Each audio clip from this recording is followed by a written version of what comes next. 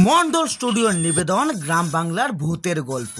নমস্কার শ্রোতা বন্ধুরা, আজ আপনারা শুনবেন লেখক বরেন চক্রবর্তীর কলমে ভৌতিক কুয়ো। গল্পটি খারাপ লেগেছে, ভালো লেগেছে, দারুণ লেগেছে, আপনাদের মনে যাই প্রতিক্রিয়া হোক না কেন অবশ্যই একটি কমেন্ট করে জানাতে ভুলবেন না। আর ভিডিওটি ভালো লাগলে অবশ্যই একটি লাইক করে চ্যানেলটিকে সাবস্ক্রাইব করে আমাদের পাশে থাকবেন। গল্প পাঠে আমি রাজি, তবে সে দেরি না করে অতি শীঘ্র শুরু হতে চলেছে আজকের বিশেষ নিবেদন। লেখক বরেন চক্রবর্তীর কলমে ভৌতিক কুয়ো। এই কাহিনীর সমস্ত চরিত্র এবং ঘটনা কাল্পনিক। বাস্তবে জীবিত বা মৃত কোনো ব্যক্তি বা ঘটনার সাথে এর কোন রকম মিল থাকলে তা সম্পূর্ণ অনিচ্ছাকৃত এবং কাকতালীয়। গল্পে ব্যবহৃত অপ্রাকৃতিক এবং অলৌকিক ঘটনা শুধুমাত্র কাহিনীর পরিবেশনের উপক্রম মাত্র। কুসংস্কার বিশ্বাস করবেন না, কুসংস্কার ছড়াবেন না। বেশ গা ছমছমে অন্ধকার। আগেই শঙ্করকে বলেছিলাম এই জায়গাটা মোটেই ভালো নয়। দূরে ঝাউবনের অন্ধকার থেকে যেন একটা চাপা নিঃশ্বাসের গর্জন ভেসে আসছে। আরো দূরে ডক থেকে জাহাজের সাইরেনের আওয়াজও যেন অদ্ভুতরে লাগছে। কেমন থমথমে চারপাশটা, কেন জানি না বেশ ভয় ভয় লাগছে আমার। মনে হচ্ছে যেন এই অন্ধকার সমুদ্রের ঢেউ চিরে এক্ষুনি বেরিয়ে আসবে কোনো বিকট মনস্টার। কাল রাতের ঘটনার পরেও শঙ্করের কোনো ভয়ডর নেই। দেবনাথ আর শঙ্করের জেদেই তিনজনে বসে পড়লাম পাশাপাশি। শঙ্করের মোবাইলের ছোট স্ক্রিনে আমরা কিছু ভিডিও গান শুনছিলাম। একেবারে ঝুঁকে পড়ে এতটাই বিভোর হয়ে গেছি যে আশেপাশে কি ঘটছে কোনো কিছুতেই হুঁশ নেই। শুধু সমুদ্রের গর্জন কানে আসছে, আরব থেকে ধেয়ে আসছে হু হু হাওয়া। হঠাৎ কেমন একটা বিশ্রী গন্ধ নাকে এলো। তিনজনেই পাচ্ছিলাম গন্ধটা। এতটাই মশগুল হয়ে পড়েছিলাম ভিডিও দেখতে যে বিষয়টা এড়িয়ে গেলাম আরো একটা কারণে। সামনেই জেলেদের অনেকগুলো নৌকো আছে। মাছটা আজ মরে পচে গেছে, তাই হয়তো গন্ধ হচ্ছে। একটু পরে একটা খসখস আওয়াজ হতেই মনে হলো সেখানে মোবাইলের ওপর তিনটি মাথা ঝুঁকে নেই, আরো একজনের উপস্থিতি টের পেলাম। চমকে উঠে পিছু ফিরতেই দেখি একটা কালো কুচকুচে অপার্থিব অবয়ব। চোখগুলো অসম্ভব লাল, ধোয়ার মতো মিলিয়ে গেল অন্ধকার ঝাউ গাছগুলোর দিকে। তিনজনেই ভয়ে আটকে উঠলাম। এরপর কি হলো কিছু জানি না। জ্ঞান ফিরতেই বুঝতে পারলাম একজন হোমগার্ড চোখে মুখে জল দিয়ে জ্ঞান ফেরানোর চেষ্টা করছিল। হোমগার্ড জিজ্ঞাসা করলো, ভূত দেখা है क्या? शाम के बाद यहाँ पर कभी मत आना। আসলে আমরা ব্রিজের যেখানে বেশি ভিড় সেখান থেকে অনেকটা দূরে ঝাউবনের সামনে একটু নিরিবিলি খুঁজে বসেছিলাম। সত্যি ভুল করেছিলাম। অচেনা অজানা জায়গায় এসব জানবার কথাও নয়। মোবাইলের টাইম দেখে বুঝতে পারলাম তখন প্রায় 9টা বেজে গেছে। তড়িঘড়ি বাসায় ফিরতে হবে ভেবেই উঠে রওনা দিলাম বাস স্ট্যান্ডের দিকে। বালির ওপর দিয়ে হন হন করে হেঁটে যাচ্ছি। ব্রিজটা তখন প্রায় খালি হয়ে গেছে। দু একজন এখানে ওখানে তখনও বসেছিল। আমরা তাদের পাশ কাটিয়ে যাচ্ছি। সেই কালো মূর্তির ভয়টা তখনও পিছু ছাড়িনি। মেন রাস্তায় উঠে এলাম। বাস স্ট্যান্ড এখান থেকে কিছুটা দূরে। উত্তর কর্ণাটকের জেলা শহর কারবার। মেন রোড থেকে শহর একটু ভেতরের দিকে। আরো খানিকক্ষণ হাঁটলে তবে বাস স্ট্যান্ড। আজ আর বাস পাবো কিনা তা জানি না। মেন রাস্তা ধরে হন্তদন্ত হয়ে হেঁটে চলেছি। মনে হয় আমাদের পেছন পেছন কেউ আসছে। মাঝে মাঝে পেছনে ফিরেও তাকাচ্ছি, না কেউ নেই। ফাঁকা রাস্তা অনেক দূর পর্যন্ত। এমনিতেই লোকালিটি খুব কম। 9টা বাজলেই বাস কিংবা দোকানদানি প্রায় বন্ধ হয়ে যায়। দেখলাম একটা অটো আসছে। বাস আর পাবো না ভেবেই তিনজনে অটোতে উঠে বসলাম। কারবার শহর থেকে একটা ব্রিজ পেরিয়ে প্রায় 5 কিলোমিটার দূরে সদাশিবগড় পৌঁছে গেলাম। সদাশিবগড় একটা গঞ্জের মতো ছোট জায়গা হলেও অনেক দোকানদানি আছে, এক প্রকার সমৃদ্ধ অঞ্চলও বলা চলে। এখানে আমরা এসেছিলাম একটা কাজের জন্য, সিদ্ধার্থ গাওকর আর শ্রীনিবাস রায়করের সাথে। আমাদের আপাতত থাকার আস্তানা হলো এই শ্রীনিবাসজির বাড়িতেই। ঘরটা বেশ সুন্দর, বাংলো বাড়ি টাইপের, দোতলা বারান্দা বাড়ি, টালির চাল এবং বাড়ির চারপাশেই বাগান। তবে বেশ পুরনো বাড়ি, দেখেই বোঝা যায়। নিচের তলায় কেবলমাত্র শ্রীনিবাসজি স্ত্রী এবং তার ছেলে মেয়েকে নিয়ে থাকেন। আমাদের থাকার বন্দোবস্ত দোতলাতেই হলো। প্রথম দিন রাতে শঙ্করের কিছুতেই ঘুম আসছিল না। দেবনাথ শঙ্করের মোবাইলে ভিডিও চালিয়েছিল। আমাদের সাদা কালো মোবাইল, তাই ভিডিও চলে না। আমরা তিনজনেই দেখছিলাম। কত রাত হয়ে গেছে বুঝতে পারিনি। ঘুমে চোখ জুড়িয়ে আসছিল আমার। শঙ্কর ঘুমিয়ে পড়েছে, দেবনাথের হাত থেকে মোবাইলটা খসে পড়েছে। আমি ঘুমের ঘোরে মোবাইলটা বন্ধ করে পাশ ফিরে শুলাম। আমার আবার নতুন জায়গায় এলে সহজে ঘুম ধরতে চায় না। তারপর বেশ পুরনো বাড়ি ভেবেই কেমন যেন ভয় ভয় লাগছে। কিছুক্ষণ পর মনে হলো টালির চালে যেন কেউ হেঁটে যাচ্ছে। ভাবলাম বেড়াল হবে হয়তো। ঘুমের 12টা বেজে গেছে। কেমন একটা অস্বস্তিতে আর ঘুম আসছিল না। টালির চালে আওয়াজটা যেন আরো বেশি স্পষ্ট হতে লাগলো। না, এ নিশ্চিত বেড়াল হতে পারে না। তবে কি হনুমান বা বাদর হবে?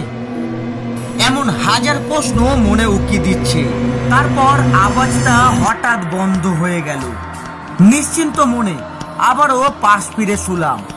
কিছুক্ষণ পর বাইরের বারান্দায় কেউ যেন পা ঘষে ঘষে পায়চারি করছে। ভয়ে এবার পিলে চমকানোর মতো ব্যাপার। বেশ কিছুক্ষণ পর আওয়াজটা বন্ধ হয়ে গেল। তারই মধ্যে কখন ঘুম ধরে গেছে বুঝতেই পারিনি। বাস জার্নির ক্লান্তি তো ছিলই। কিছুক্ষণ পর শঙ্কর ঘুমের ঘোরেই চেঁচিয়ে উঠল। আমাদের দুজনের ঘুম ভেঙে গেল। দেবনাথ তার পাশেই শুয়েছিল। মাথায় হাত দিয়ে কি হয়েছে জিজ্ঞাসা করতে করতে জলের বোতলটা ধরিয়ে দিল। ঘড়িতে তখন প্রায় 4টে বাজে। এখনো রাতের অন্ধকার বাকি আছে। ভোর হতে এখনো কয়েক ঘন্টা বাকি। ভারতের একেবারে পশ্চিম এলাকায় আছি আমরা। এখানে সকাল প্রায় 1 ঘন্টা পরে হয়। সেই হিসাবে সূর্য 1 ঘন্টা পরে অস্ত যায়। শঙ্কর বুকে হাত দিয়ে বলল, একটা কালো ছায়ামূর্তি আমার বুকে চেপে বসেছিল আর নখ দিয়ে বুকে হাত দিয়ে দেখালো। মোবাইলের আলো জ্বেলে যা দেখলাম, রীতিমতো কলিজা হিম হয়ে যাওয়ার মতো ব্যাপার। তার বুকে যেন কেউ নখ দিয়ে চিরে দিয়েছে। 3টে সমান্তরাল রক্তাক্ত লাইন।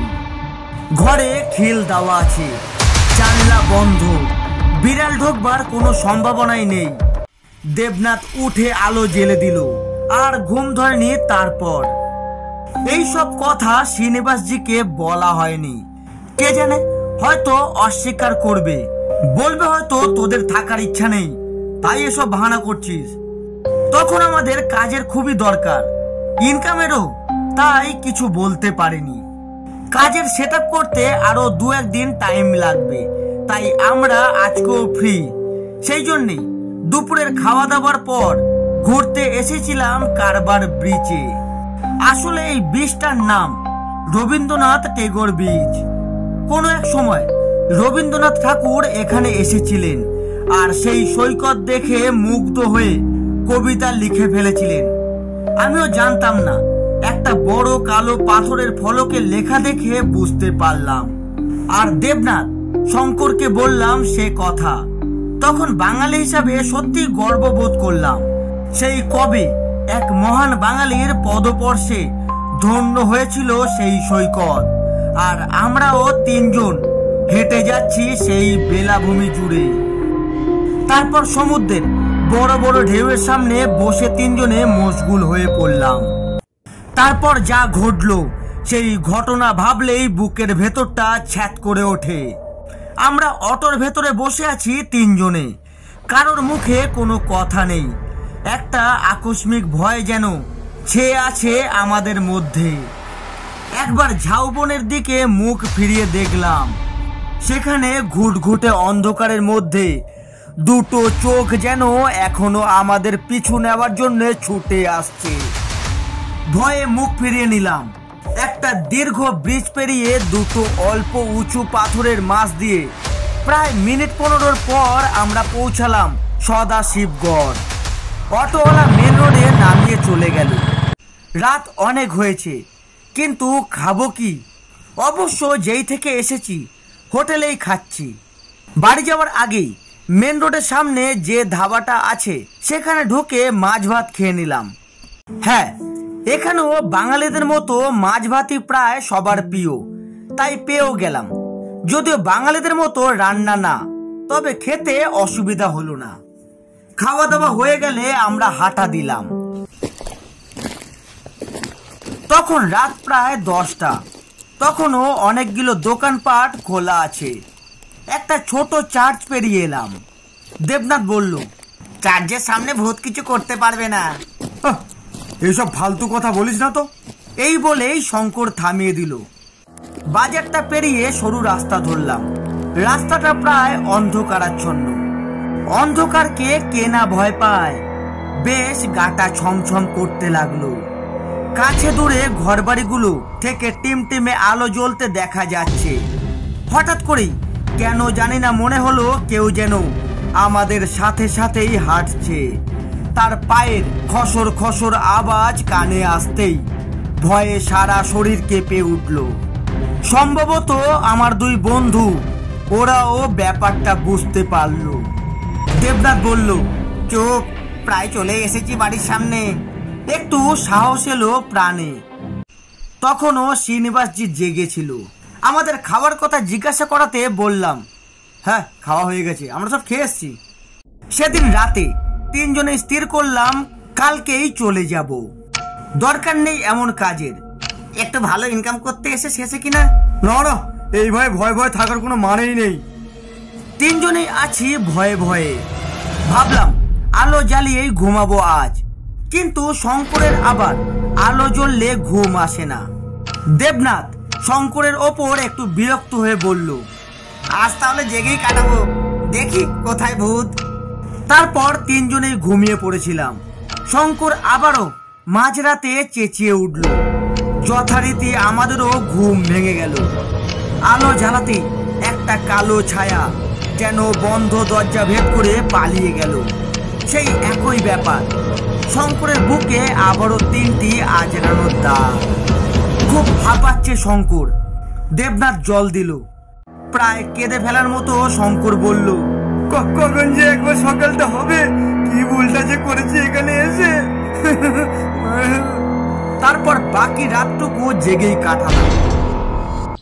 সকালবেলা তার মোবাইলটা প্রথমে খুঁজেই পাওয়া যায়নি। তারপর দেখা গেল বারান্দার এক কোণে পড়ে আছে। বেশ রহস্যজনক ব্যাপার। দেবনাথ বলল, তুই ভুল করে এখানে রেখেছিস হয়তো। যাই হোক, সকালে শ্রীনিবাসজির সাথে কথা হলো। দাদা, আমরা চলে যাব, আর থাকতে চাই না। সব উদ্ভূতরে ঘটনাগুলো পুঙ্খানুপুঙ্খভাবে বলে চলল শঙ্কর। তার বুক খুলে দেখালো সেই চেরা দাগ। সব বুঝে শ্রীনিবাসজি বলল, ঠিক আছে, তোমরা যা ভালো বোঝো তাই করো। বেলা 10টা নাগাদ একটা বাস আসে হুবলি যাওয়ার, তারপর আবার 5টা নাগাদ। হুবলিতে আমার আত্মীয় পরিজন চেনা জানা লোকজন আছে। এত তাড়াতাড়ি বেরানো সম্ভব নয়, তাই বিকাল 5টার সময় বেরাবো বলে ঠিক করলাম। হাতে এখনো অগাধ টাইম, তাই আশপাশটা একটু ঘুরে দেখবো বলে ভাবলাম। বেরিয়ে পড়লাম, তবে খুব বেশি দূর যেতে সাহস হলো না। এমনিতেই এই দুদিনে যা ঘটেছে ভাবলে এখনো গায়ে কাঁটা দেয়। তাই মার্কেটের আশপাশে ঘুরতে থাকলাম কিছুটা সময় কাটানোর মতো। এলাকাটা বালিমাটি আর ঘন ঘন কাজু বাগান। দেখতে দেখতে অনেকটা বেলা হয়ে এলো। আবার সেই মেন রোডের ধারে সেই ধাবায় ভাত খেয়ে নিলাম। তখন প্রায় দুপুর 1টা-1:30 হবে। বাসায় ফিরে কাউকে দেখতে পেলাম না। সম্ভবত শ্রীনিবাসজিরা কোথাও গেছে সবাই মিলে। আমরা আর ওপরে উঠলাম না, বাড়ির সামনেই ঘোরাঘুরি করতে থাকলাম। কি মন গেল শঙ্কর বলল, চল পেছনের দিকটা একটু ঘুরে আসি। দেবনাথ বাধা দিয়ে বলল, কি আছে পিছনে? কিছু নেই, শুধু ঝোপঝাড়ের মধ্যে গিয়ে কাজ নেই। তবু হাতে এখনো ঘন্টা 2-2.5 সময় আছে, তাই তিনজনেই দেখতে গেলাম পিছন দিকটা। এসে দেখলাম পেছনে কয়েকটা আম গাছ আর কয়েকটা কাজু গাছ আর শুকনো ঘাসে ভরে আছে। মনে হচ্ছে বহুদিন কোনো যত্ন নেই বাগানটার। একটা কুয়ো আছে দেখলাম, তবে বহুদিন সেটিও ব্যবহার হয়নি। জল নিশ্চয়ই খারাপ হয়ে যাবে। এই নির্জন দুপুরে গা ছমছমে পরিবেশ, তবুও কৌতূহলী মন। সাহস করে কুয়োর দিকে এগিয়ে গেলাম। উকি দিয়ে দেখলাম কয়েকটা মাগুর মাছ আর কয়েকটা ছোট সাইজের কচ্ছপ ভাসছে। বুঝলাম কুয়োর জলটা পরিষ্কার রাখার জন্যই কিছু জিওল মাছ ছেড়ে রাখা হয়েছে, যাতে অতি গরমের সময় জলের অভাব হলে এই কুয়োর জল ব্যবহার করতে পারে। আমরা প্রায় ঝুঁকেই দেখছিলাম। দেবনাথ বলল, ওই দেখ, কচ্ছপের ঘাড়ে ছোট ছোট লোম গজিয়েছে। আমি বললাম, আরে লোম নয় রে, শ্যাওলা জমেছে, মানে বহুদিন জলে বাস করার ফলে এটা হয়েছে। এমন সময় শঙ্করের মোবাইলে রিংটোন বেজে উঠল, আর ঠিক তখনই যেন আমাদের পেছন থেকে কালো মতো একটা ছায়া সরে গেল।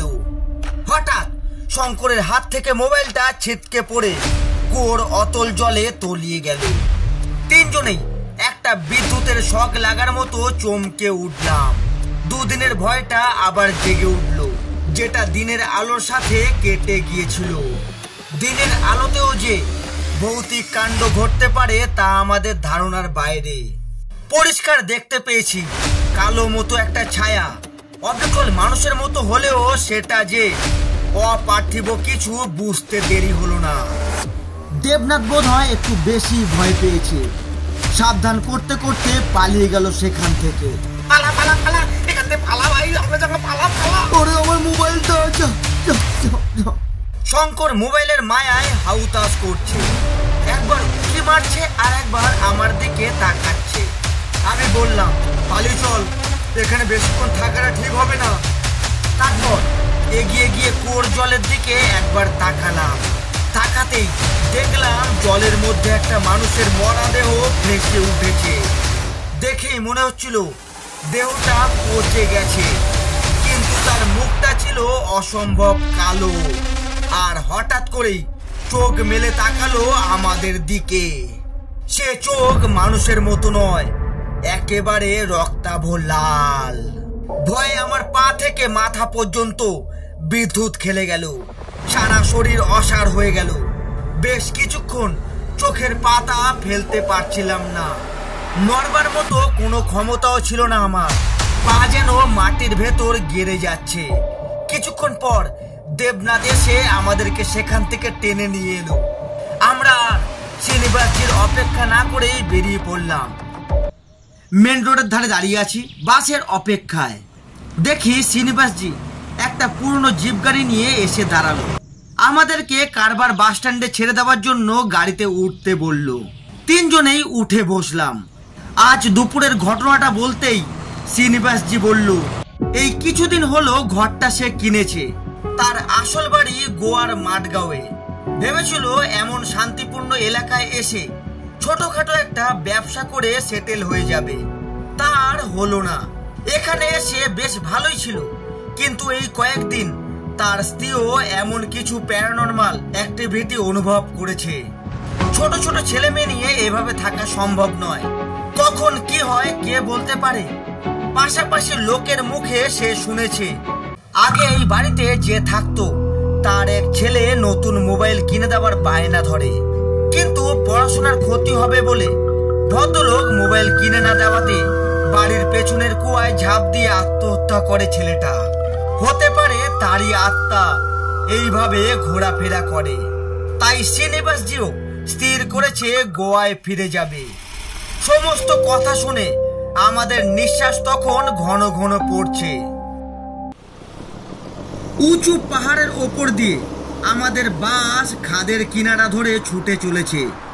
আমি জানলা দিয়ে সবুজ জঙ্গল আর ধোঁয়াশাময় নীলাভ পাহাড়ের দিকে তাকিয়ে আছি।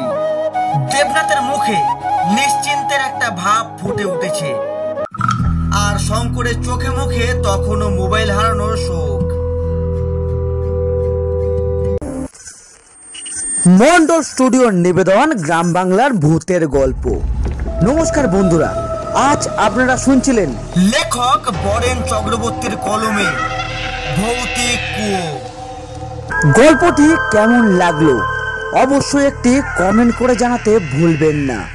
আর ভিডিওটি ভালো লাগলে অবশ্যই একটি লাইক করে চ্যানেলটিকে সাবস্ক্রাইব করে আমাদের পাশে থাকবেন।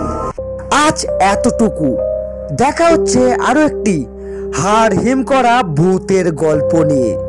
ততক্ষণ নিজে ভালো থাকুন আর সকলকে ভালো থাকতে সাহায্য করুন।